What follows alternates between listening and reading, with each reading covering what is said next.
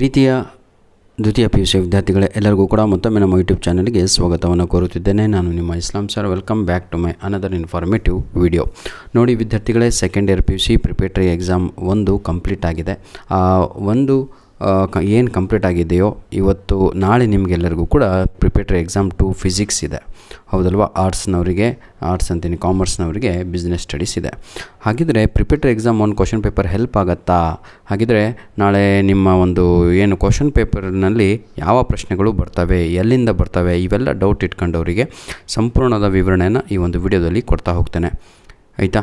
ಈ ವಿಡಿಯೋ ನೋಡ್ತಾ ಇರೋದು ನೀವು complete preparatory exam 1 physics key answer complete ಆಗಿದೆ. Part A, part B, part C, part D complete ಅಂದರೆ ಕಂಪ್ಲೀಟ್ ಆಗಿದೆ with extra question with answers, ಆಯಿತಾ? ಪಾರ್ಟ್ ಎ ಕೂಡ ಇದೆ ಇದರಲ್ಲಿ. ಬನ್ನಿ ವಿದ್ಯಾರ್ಥಿಗಳೇ, ಈಗ ನಾವು ಕರೆಕ್ಟಾಗಿ ಡಿಸ್ಕಷನ್ ಮಾಡ್ತಾ ಹೋಗೋಣ.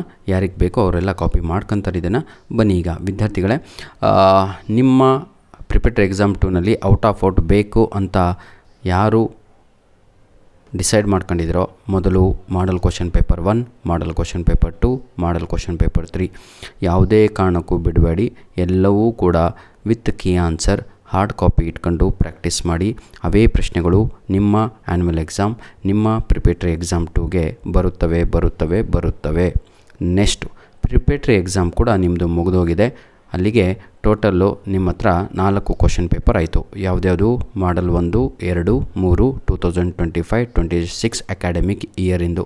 ಲಾಸ್ಟ್ ಇಯರಿಂದಲ್ಲ ಸರ್, ಈ ವರ್ಷದ ಕ್ವಶನ್ ಪೇಪರ್ಗಳನ್ನು 3+1 ಪ್ರಿಪೇಟರಿ ಎಕ್ಸಾಮ್ 4 ಕ್ವಶನ್ ಪೇಪರನ್ನು ತಾವುಗಳು ಕರೆಕ್ಟಾಗಿ ಕೂತ್ಕೊಂಡು ಓದಿದರೆ ನಿಜವಾಗಿಯೂ 70 ಔಟ್ ಆಫ್ 70 ಫಿಕ್ಸು ನಿಮ್ಮದು ನಾಳೆ ಎಕ್ಸಾಮಲ್ಲಿ. ಇಷ್ಟಂತೂ ನಾನು ಹೇಳಬಲ್ಲೆ.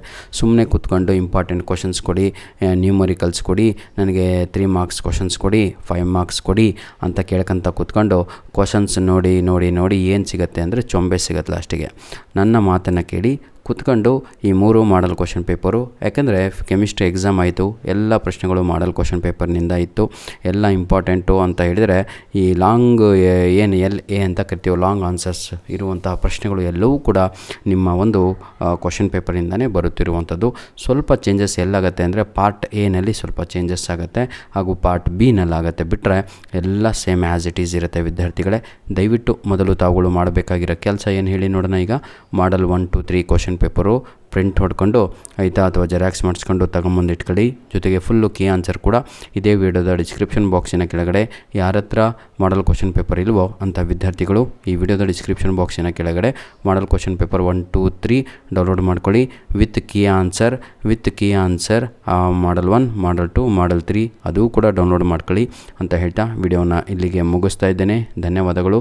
ದಯವಿಟ್ಟು ಎಕ್ಸಾಮನ್ನು ಚೆನ್ನಾಗಿ ಬರೀರಿ.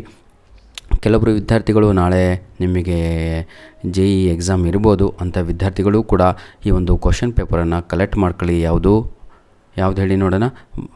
ನಾಳೆ ನಡೆಯಲಿರುವ ಪ್ರಿಪೇಟರಿ ಎಕ್ಸಾಮ್ 2. ಯಾಕಂದರೆ ಇವೆಲ್ಲ 4 ಅಲ್ಲಿಗೆ ಟೋಟಲ್ ನಿಮ್ಮ ಹತ್ರ 5 ಕ್ವಶನ್ ಪೇಪರ್ಸ್ಗಳು ಆಗ್ತವೆ. ಈ 5 ಕ್ವಶನ್ ಪೇಪರನ್ನು ನಿಜವಾಗಿಯೂ ಯಾರು ಸಾಲ್ವ್ ಮಾಡ್ಕೊಂಡು ನನಗೆಲ್ಲ ಪರ್ಫೆಕ್ಟಾಗಿದ್ದೀನಿ ಅಂತಹ ವಿದ್ಯಾರ್ಥಿಗಳಿಗೆ ಆ್ಯನ್ಯುವಲ್ ಎಕ್ಸಾಮಲ್ಲಿ 70 ಔಟ್ ಆಫ್ 70 ಫಿಕ್ಸ್ ಆಗಿರುತ್ತೆ. ಧನ್ಯವಾದಗಳು. ಯಾರೂ ಕೂಡ ಫೇಲ್ ಆಗಲ್ಲ ಕಣ್ರಿ.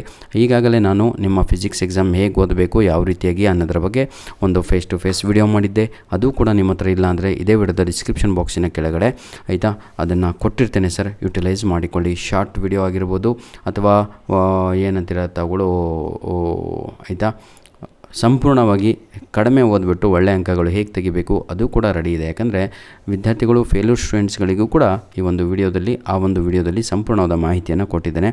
Only by reading 4 or 5 chapters you can score 65+ ಅಂತ. ಧನ್ಯವಾದಗಳು ವಿದ್ಯಾರ್ಥಿಗಳೇ. God bless you all.